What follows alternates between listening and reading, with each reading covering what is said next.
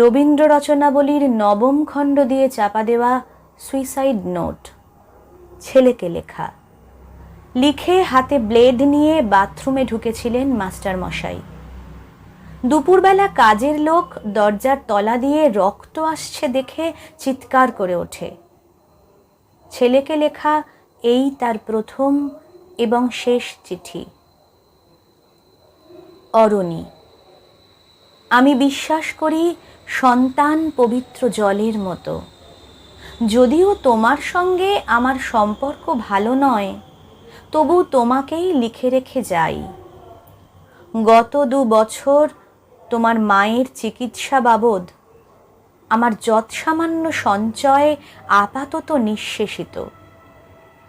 চিকিৎসার ব্যয়ভার আমি আর নিতে পারছিলাম না।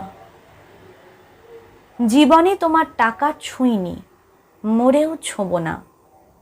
আমি আজীবন ছাত্র পড়িয়েছি, জ্ঞানত কোনো অন্যায় করিনি।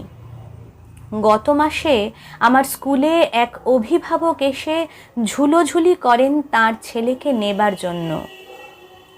আমি প্রথম দিন ফিরিয়ে দিই, দ্বিতীয় দিন ফিরিয়ে দিই, তৃতীয় দিন পারিনি। তিনি আমাকে একটা বড় খামে 30,000 টাকা দিয়ে চলে যান।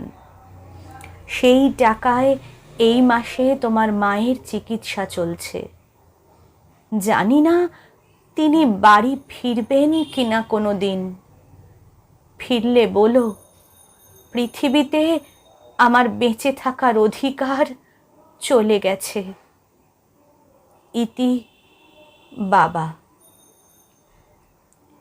যখন সারাটা দেশ দাঁড়িয়ে আছে ঘুষের টাকার ওপর, তখন রবীন্দ্র রচনাবলী দিয়ে চাপা দেওয়া একটা সুইসাইড নোট হাসপাতালে গাছের তলায় গা ছমছম করছিল।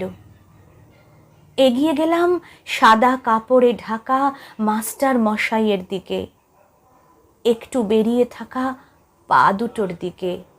ওই একটু বেরিয়ে থাকা পা দুটি যেন ভারতবর্ষের শেষ মাটি।